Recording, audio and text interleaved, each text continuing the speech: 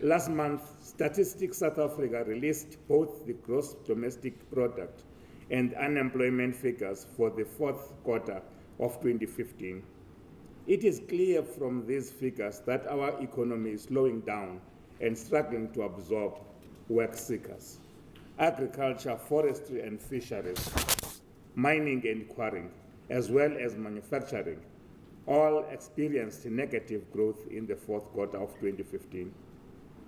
Program Director, ladies and gentlemen, we are facing difficult economic times as a country. A weak currency, severe drought, and a combination of other complex factors are all conspiring to thwart the country's progress towards a growing and prosperous economy. Without a growing economy, we will not be able to create the much-needed jobs, and we will not be able to reduce poverty and inequality. And this is a difficult reality that we are confronted with. The current devastating drought has taught us many lessons, not least that we have to give more respect and appreciation to the role that the farmers play in our country. If the farmers are not able to produce, then we will not be able to meet the very basic need of life, namely food.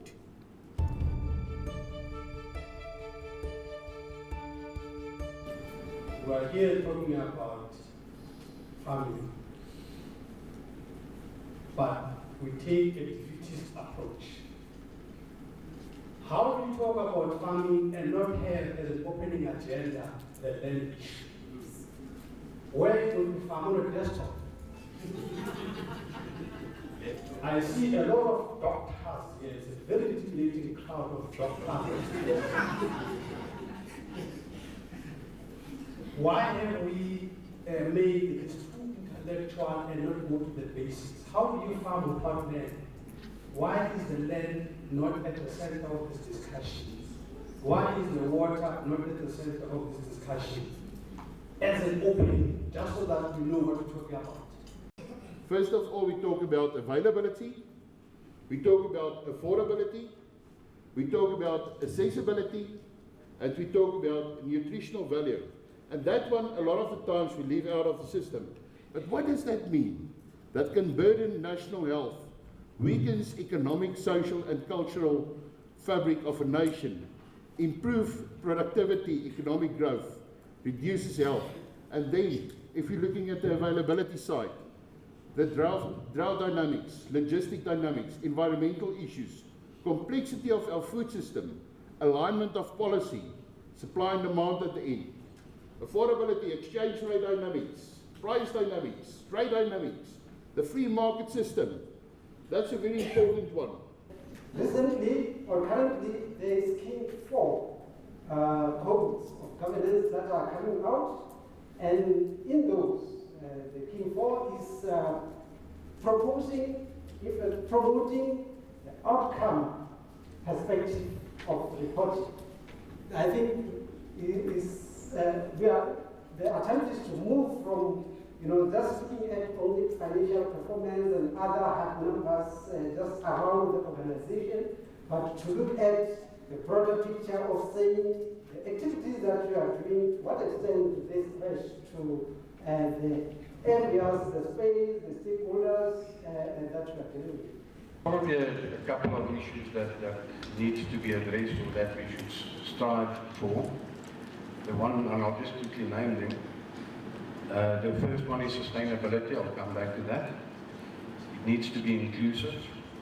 We need to address the constraints that we have in the industry, and we need to see how stakeholders in the industry can partner to make this whole thing work. If we look at the issue of sustainability, Christo has actually shown a very important slide which relates to the cost price squeeze in the agricultural sector. And it's that cost price squeeze that are currently creating challenges for the sector to be sustainable. In other words, our terms of trade is going downwards. It means that the cost, if we go and have a look at the data, we will see that the real cost of input in the agricultural sector is constantly increasing. I don't think it's a conflict to say we need government to intervene. And there is a role for government, there is a role for the private sector. And I think all of us working towards the same purpose. And that's the comment in terms of that. In terms of the planning and coordination in government, I work for government. I know the tendency is to work in silos, do your own thing and then move on. But I think it's high time that with all these policies that have been approved, we need to come to the implementation where the coordination is necessary. And Andre have already talked about the partnership. Public-private partnership is what can take South Africa forward.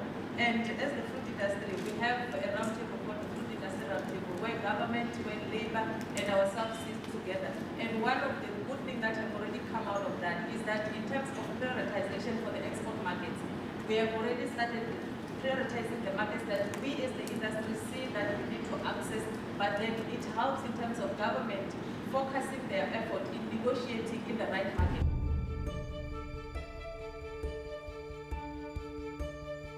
It's been a very valuable session. I think that we, especially from government's perspective, we're reviewing the MAP Act, and I think this type of session, especially with ministerial trustees, is very valuable for that review.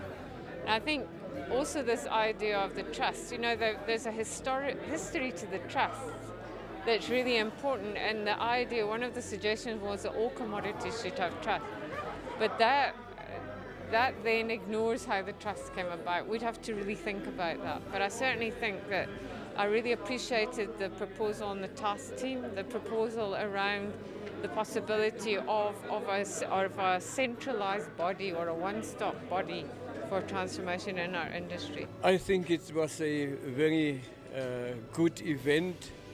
However, there were for me two gaps. The one was in the food security.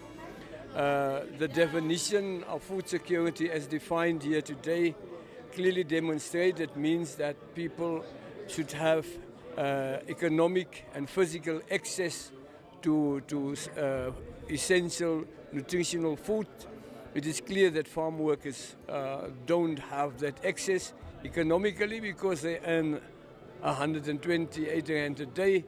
Also, access is not that easy because the farms are in the remote areas. So that is one of the areas that we need to focus on in this whole issue of the research.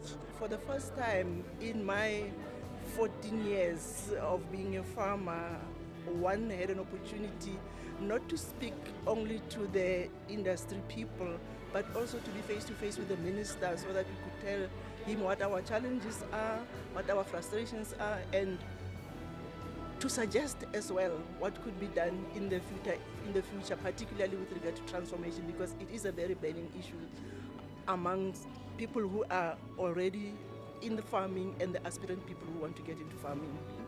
So this was a platform where we, the ministerial trustees, for the first time also, we could speak face to face with him to tell him how we are able to implement and what are the hindrances of implementing the mandate that he has given us. And the minister undertook to take all the issues that were raised and that there should be follow-up. So it is a completely different way of looking at things in that we are now going back home, looking forward to some feedback from the minister's office and to steps going forward to meaningful transformation with landmarks and steps to the future to say that at this point we shall have done this, at that point we shall have done the other thing. It was very informative. The NMC has been supporting us black farmers for many years. I'm now more than 18 years in farming. I've met many of the CEOs of the NMC, and they are always positive to grow our business and to assist, and especially on market access, they've done a lot for us. With some issues that we experience, we are at a watershed position. But what is encouraging to see is that the ANMC is going with us through the challenges that we're currently experiencing in agriculture as emerging farmers. As a student, the research symposium was very informative because it talked to the issues that I'm dealing with also on my research in a way. So, and then being a teaching assistant also, it gives me to have a better way of giving examples when I teach by the fellow students at school.